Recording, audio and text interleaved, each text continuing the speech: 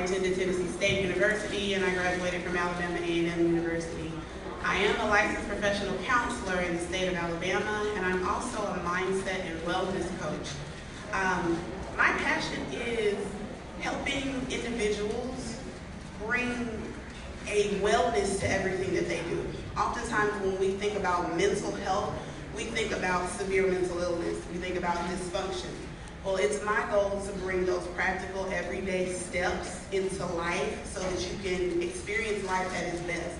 Experience life so in the way that we were designed to experience life. Having a clear mind, being able to focus, being full of energy, and living out our dreams. So, what I'm going to do is go a little bit out of order, if that's okay with you guys. I'm going to start with mindfulness, because I believe that mindfulness sets the framework for being able to participate in meditation and being able to be a resilient individual.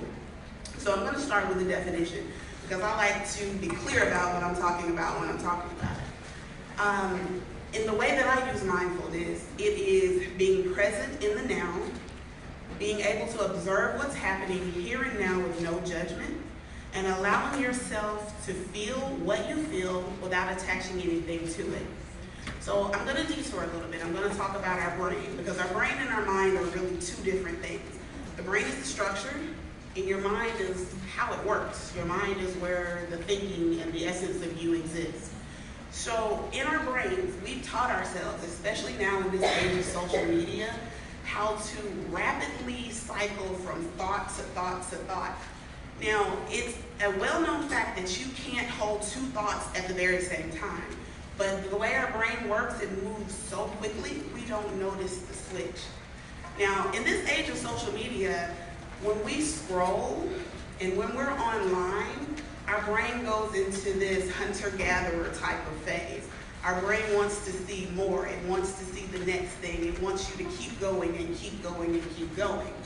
So it's hard for us to be in the now when we're constantly having some type of stimulus in front of us. With streaming television, with Instagram, with Hulu, with Facebook, with Twitter, with all of what we have access to these days, we've forgotten to be present in this moment.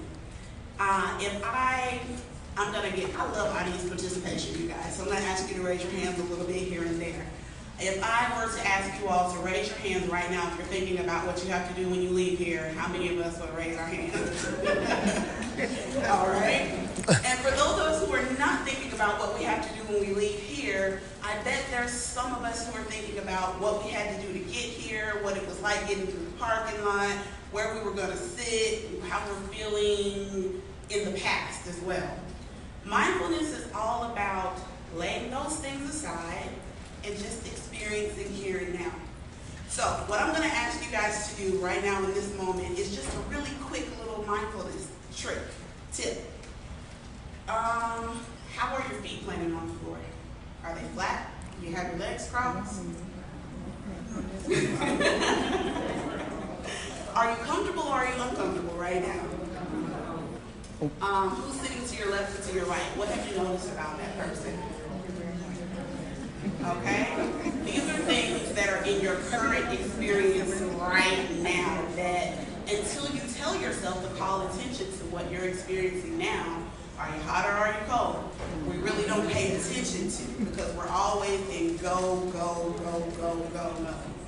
One of the benefits, or some of the many benefits of mindfulness, studies have shown that people who practice being mindful are more successful and happier people. Because if you're not thinking about what you have to do and you're not thinking about what you have done, you realize that in this moment right now, things are pretty good. Think about it. In this moment right now, what do you need? Are there any needs that you have in this moment right here? We are clothed. Most of us aren't too hungry. We're safe.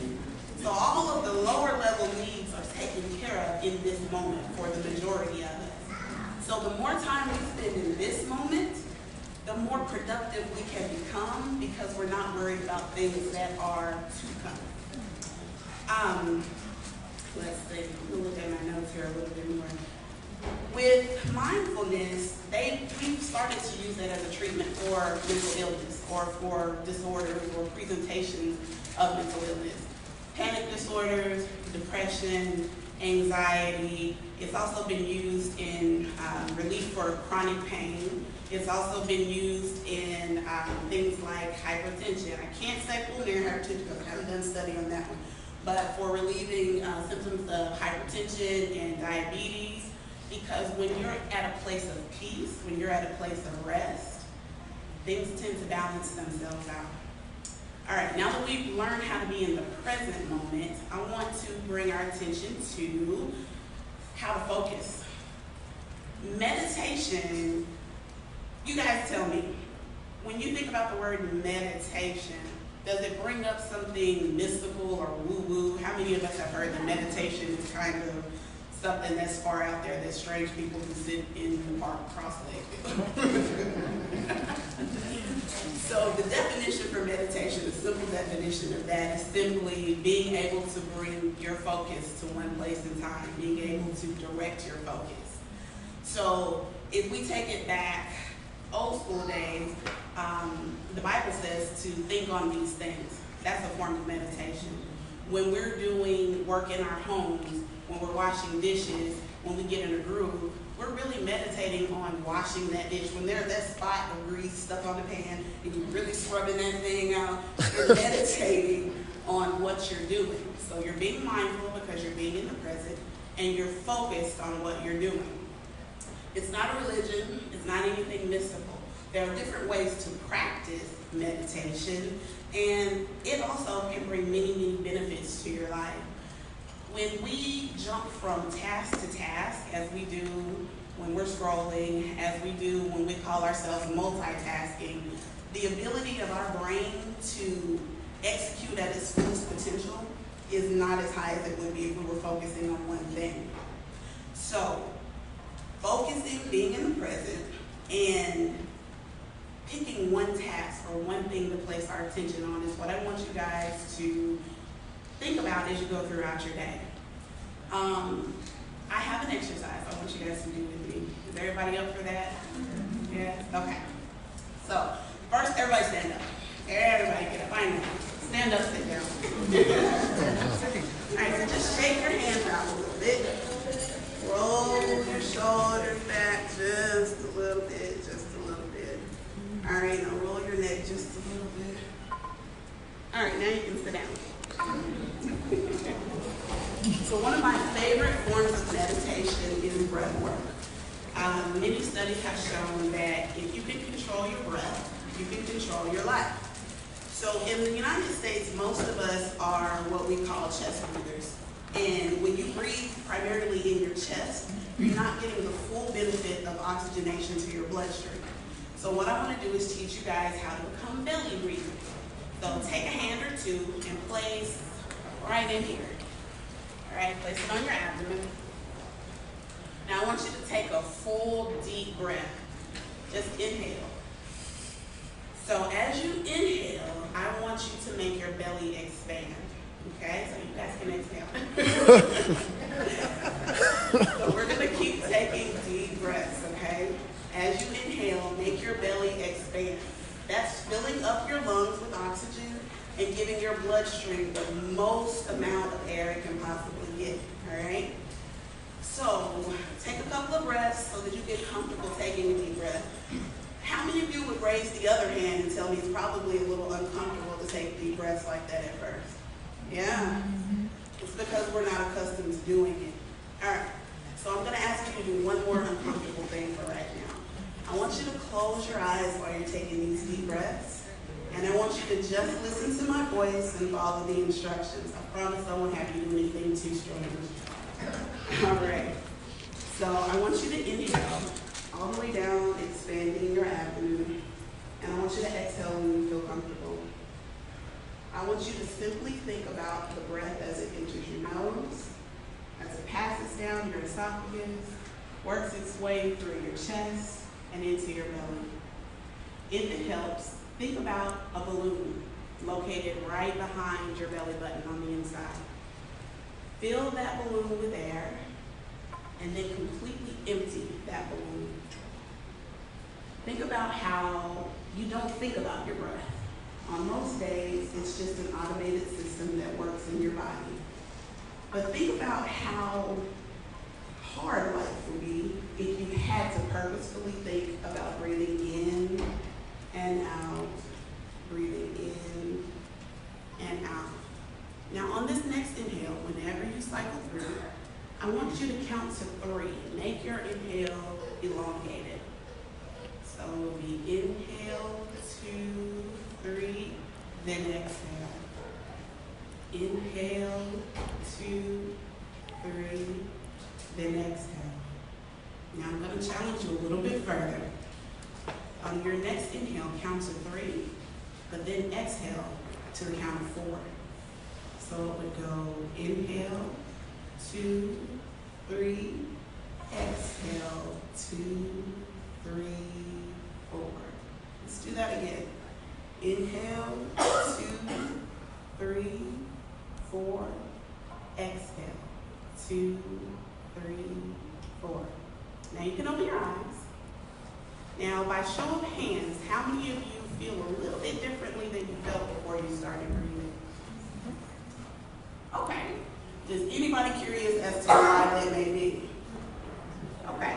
That's because when you control your breath and when you focus, when you meditate or place your attention on one thing, you slow down the brain waves in your mind. You've gone from the hyperactive go state down to a slower frequency, which if we continue that track would be the alpha wave. An alpha wave brain frequency is the optimal state for learning, the optimal state for setting your intentions and having them manifest in your life, and the optimal state for creativity. That was a simple exercise, right? Like we can do that any day, almost anywhere.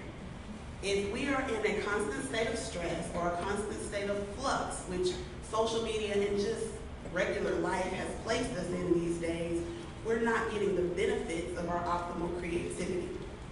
So, put that one in your back pocket, okay? All right, I've got one more quick little exercise before I move to resiliency. We've talked about the benefits of being in the here and now and being able to focus our attention.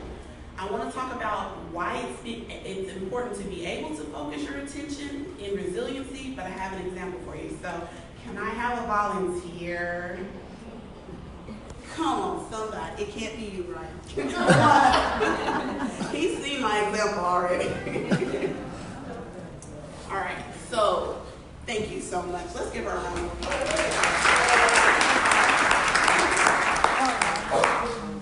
What we hold in our mind and what we focus our attention on is the number one determinant on how we're going to be able to show up physically in life as well. So if we want to be able to bounce back from challenges and adversity, which is the definition of resiliency, we have to build this skill of being able to be in the present, to be in the now, and to be able to focus our attention. So, never met you before, right? Right. I didn't tell you what to do with this, right? No. Okay. So, how many people have heard of muscle testing? Raise your hand if you've ever heard of muscle testing. Okay, so this is an easy, simple muscle testing demonstration. But it's going to demonstrate how what you focus on affects your physical body. So, hold your hand out for me, really nice and straight, and don't let me push it down. All right, I'm going to take 2 fingers, guys. Keep me from pushing your hand down to your All right, so I'm struggling a little bit. Look, I've been on the weights, y'all, so I've got a little bit. All right, so now this time I want you to repeat out loud. I can't, I can't, I can't, I can't. Okay. All right, you ready? Start now? Yeah. I can't. All right, I'm gonna do it one thing. We're doing it. I can't. Okay, well. Now say I can.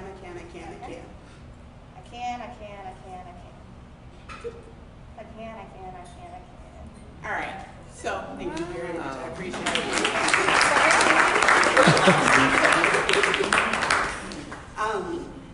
Back to resiliency. Resiliency is the ability to bounce back from whatever challenge or whatever trial life has thrown at you. In order to be a resilient person, we have to be able to focus on what we've decided as our goal, as one of the earlier panelists stated, what we've decided that we want to achieve. So I want you guys to think about your self-talk. In any mental health setting, one of the first things we're going to tell you about when you sit down on our couch or you sit down at the group table is positive self-talk. For me, I don't like to approach self-talk as just repeating positive mantras. I think self-talk has to be very personalized. I think you have to figure out what language motivates you as an individual and is going to have you believing that you can overcome, that you will bounce back, that you're not like a dried out stick and you're going to crack anytime pressure comes at you, but you're more like a pool noodle and you're just going to flop right on back up and keep it moving when challenges come at you. So just as her arm was a little bit stronger and she was able to hold it out, when you infuse positive self-talk into yourself, when you make it personal, then you're more equipped to duck, dodge, and regain your standing, your footing. You're more equipped to recalculate like the GPS settings does when you're facing challenges. When you think about resiliency, I want you to again think about definitions. When we look at failure as the end-all be-all of what's going on, if you say you set a goal to lose 15 pounds in 3 weeks, which we all know is unreasonable, but anyway, if you set a goal to lose 15 pounds and you don't make it within those 3 weeks, most of us in our normal settings would say, I failed at that task.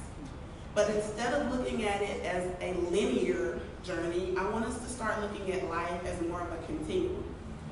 Just because you fall down, just because you don't achieve the goal immediately, that doesn't mean that you still cannot achieve that goal. So resiliency is more so about changing how you think about a thing than developing, okay, I'm going to learn how to put together popsicle sticks to build a birdhouse. Resiliency is changing your actions after you've changed your mindset. So that's why we talked about mindfulness first. That's why we talked about meditation, which was focusing, and now we're talking about how to apply resiliency in our lives. With social media being so prevalent these days, there are so many images that we compare ourselves up against. There are so many people that look like they're further along than we are in life. But guess what? That's a smokescreen. We're typically meeting that person's representative. If we looked behind the screen and we saw what it took for them to even make that pretty picture, we would see a bunch of trials and a bunch of failures. So if we're going to hold ourselves to the standard of what we see on the screen, we've got to also allow ourselves the grace to try and to fail and to keep going over and over again. Let me turn my page here. So I want to share with you guys a case study that encompasses mindfulness, that encompasses meditation, and it encompasses resiliency. So there was a young black female. She was diagnosed with anxiety. She suffered from depression. She was diagnosed with fibromyalgia. She had the random body pains. She had migraines that were atypical migraines, so it wasn't like there was an aura and she could go lay down somewhere and get rid of them. These jokers just came out of nowhere and lasted for, I think in the case study it said, from about 15 to 35, 40 days at a time. She was significantly overweight. She was dealing with a lot of emotional issues. There was the loss of some loved ones. There was an adjustment issues. She was coming into a new time in her life. She was experiencing vertigo. Like when I say she was going through, y'all, she was absolutely going through. She would have to take medication to get up in the morning. She'd have to take medication to go to sleep at night. So this young lady was at her wit's end. She went from doctor to doctor to doctor to doctor. She went to the ER. She went to the specialist. She tried all types of medications. At a certain point, she remembered that what she had learned about meditation and stress reduction and mindfulness. So she said, what the heck, I tried everything else. I might as well try this too. So she she actually bought a program online and started a 30-day meditation program. This program was a biblically based one, so she incorporated her faith. It also incorporated movement. It also touched on nutrition in this meditation program, but she kept it up for 30 days. Well, this young lady is standing before you right now to tell you guys that it worked. All of the diagnoses that I received,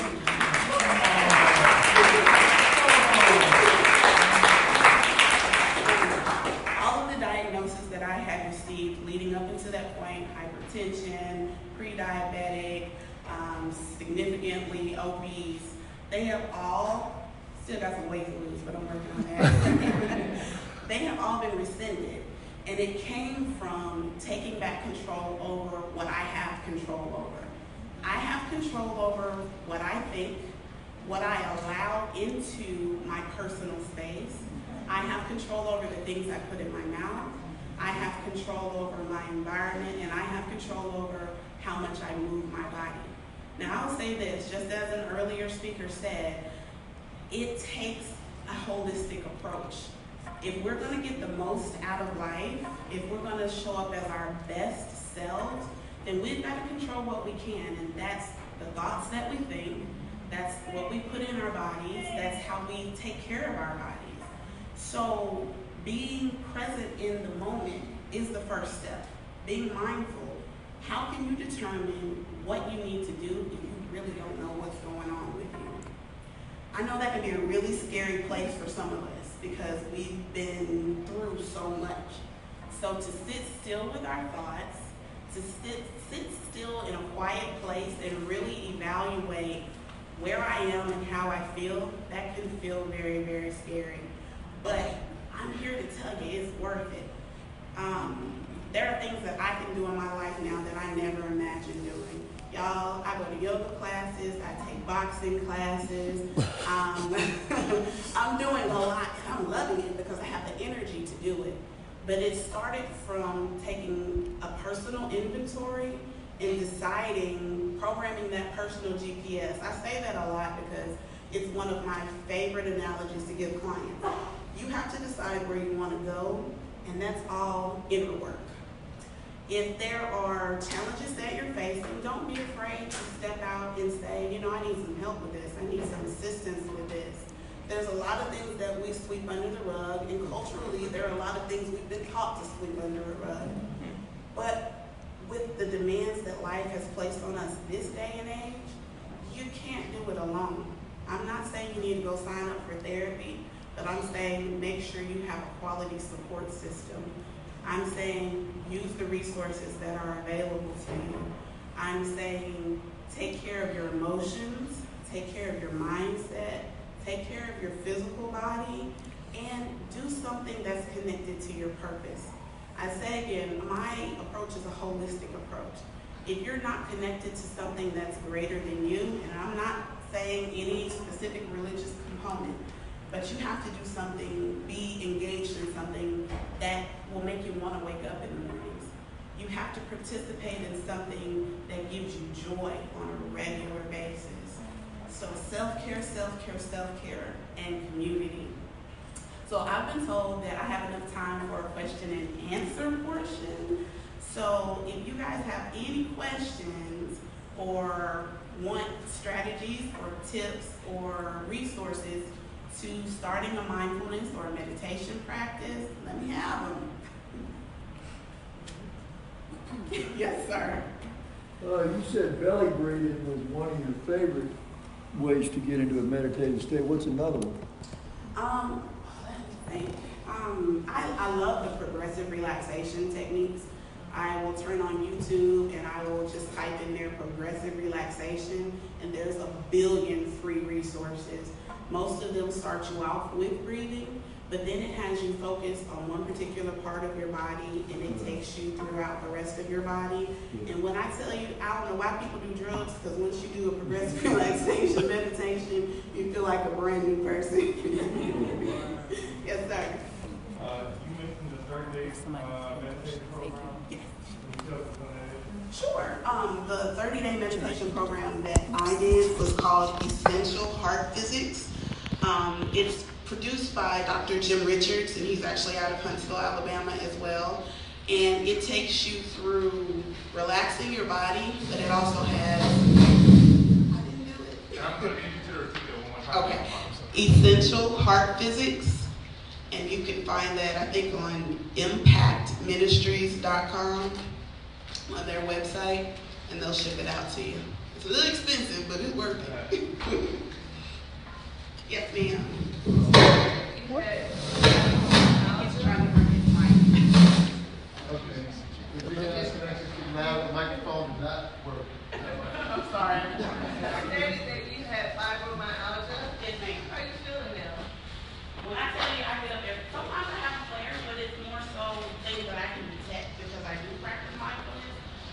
When my energy is slumping down some, I know, okay, I need to eat more green, or I need to make sure I get up and move. I feel the most energetic and the most youthful that I've felt in my entire life. Like, I'm getting closer to 40 now, I have 2 kids, but I go to the gym, we go walk around the track, like, I do more physically now than I did have done ever before. Is there a particular time when you have noticed the flare-ups? Guys, cover your ears. But in my mindfulness practice, I've become more in tune with the ebb and flow of my body throughout the month. So when I'm approaching that time of the month, I've noticed that I do have less energy and that there's a little bit more soreness or there's a little bit more achiness. But again, I go back to putting a whole bunch of green stuff in my diet, eliminating sugar, eliminating more of the white flour because those do cause inflammation, and inflammation and sugar are like the root of all evil. So I increase my self-care in those areas, and for me, drinking the alkaline water and doing those types of things help me with the fibromyalgia symptoms. Yes, yes, ma'am.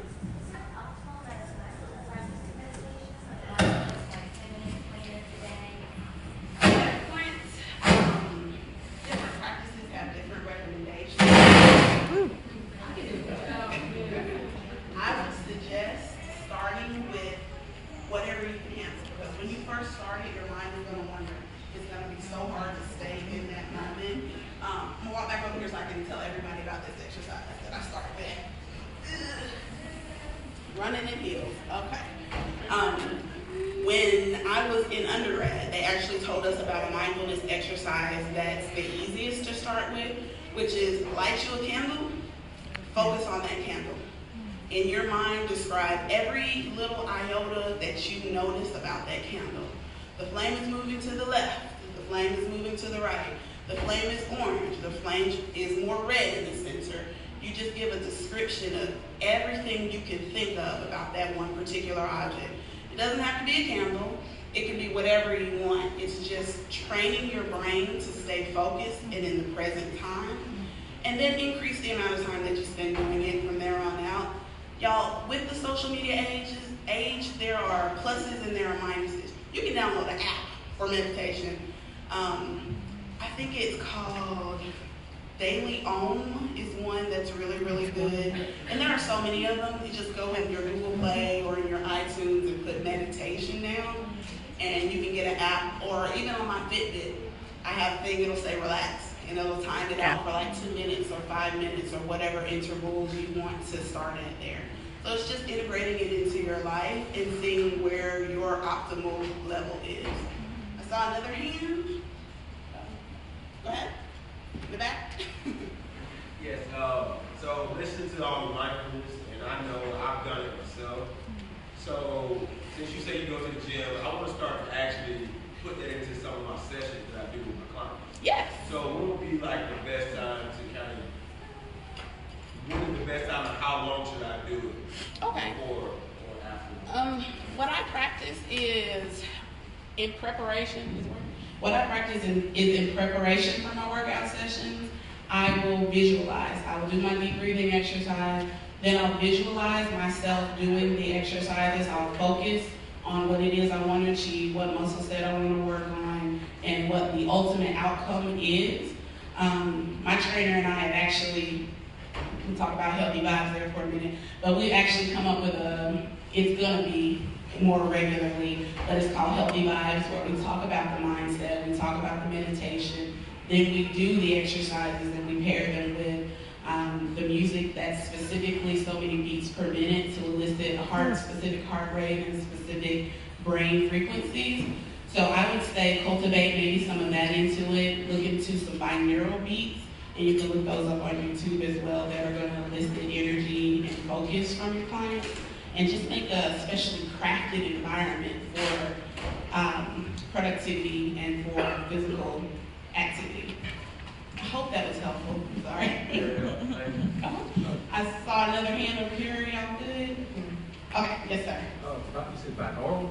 Binaural? Mm-hmm. Like binary? Don't ask me to spell because I'm a spell check. Binaural, B-I-N-A. No, I'm saying it's like binary, but it's binaural. B-I-N-I-A-U-R-A. I'm sorry. Yes, sir. I know you mentioned a lot of physical, issues. Have you heard of anything that helps with thyroid? With thyroid issues, y'all, I like all of the strange stuff. I like being able to access everything that God has given us because I believe whatever your purpose or intention is, that's how it's going to present it.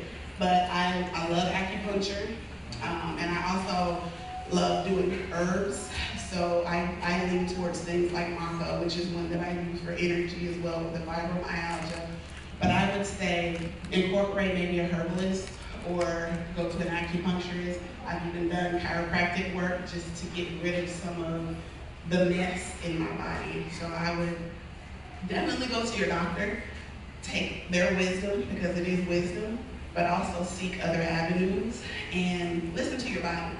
If you are exerting a lot of energy, your cortisol level is spiked continuously, consult someone who's going to also consider that part of your body and not just put a Band-Aid on it.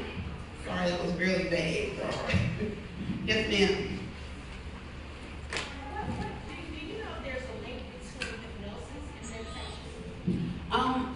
Hypnosis, in my opinion, I can only give you my opinion. Hypnosis, to me, is cool. Hypnosis is really just the state of really being focused to me. A lot of meditative practices tell you to remove yourself from your thought, but I think it's that super relaxed state that we normally don't get to, so it kind of feels like a trance. In all of the meditations that I've ever done or studied, at the beginning instructions, you have to state your intentions. So when you state an intention of, I am fully and completely in control of my actions, and what I will allow what is good for me, and I will disallow anything that would harm me. I think that takes some of the scariness out of it. But in my opinion, it's a very suggestive state, meaning that you can write your intentions on your heart and on your subconscious, so that when you regain full consciousness, it's already kind of programmed into your GPS. Yes, sir. How do you feel about like chanting and mantras and stuff like that as far as achieving relaxation stuff? I think it's focus. I think different things work for different people. When I'm in the gym, I use one of Eric Thomas's mantras. I can, I will, I must. That's my mantra in the gym. That's my affirmation. Every time, because my trainer, listen, I'm a strong person. I like being strong. I like lifting weights.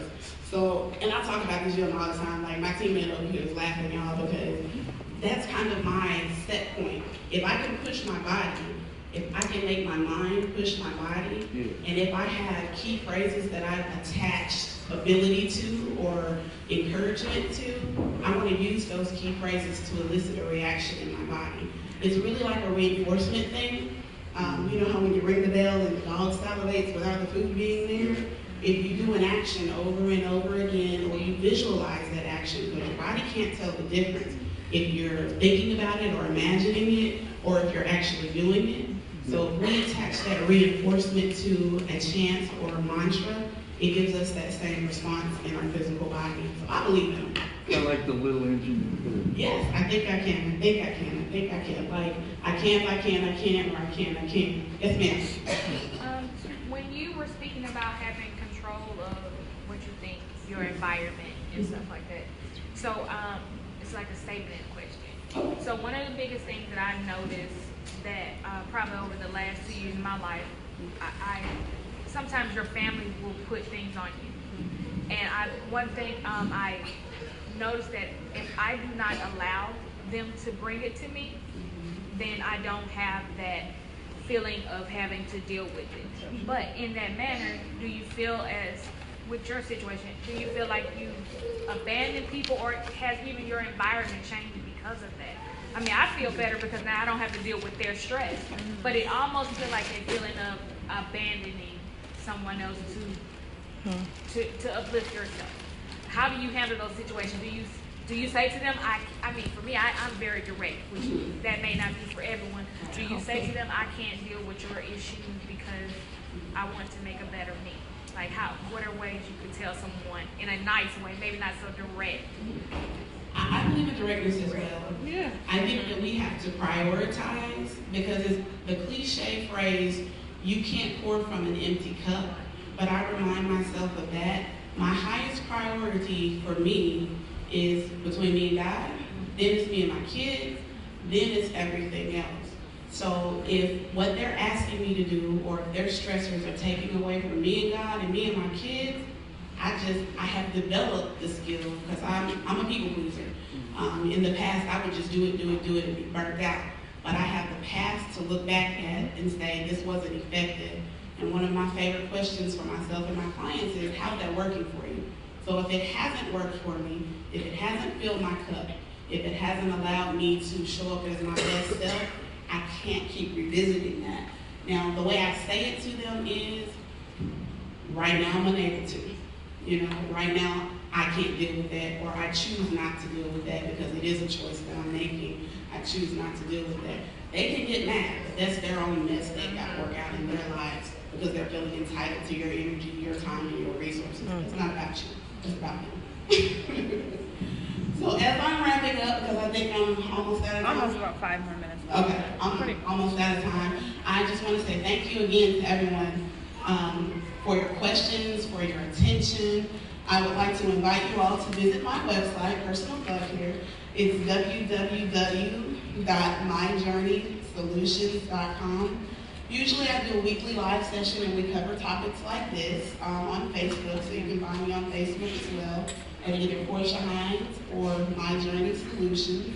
I also have a slide over here, kind of an intro to wellness, where we talk about the mindset, the nutrition, and the movement, along with spirituality, incorporating it into your life and how it's beneficial.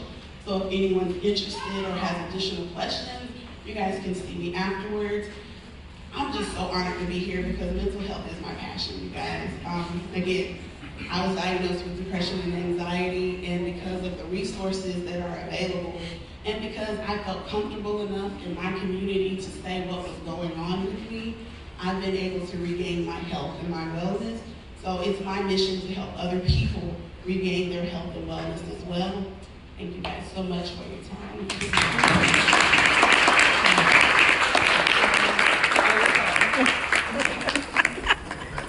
There you go. Good job. I think someone's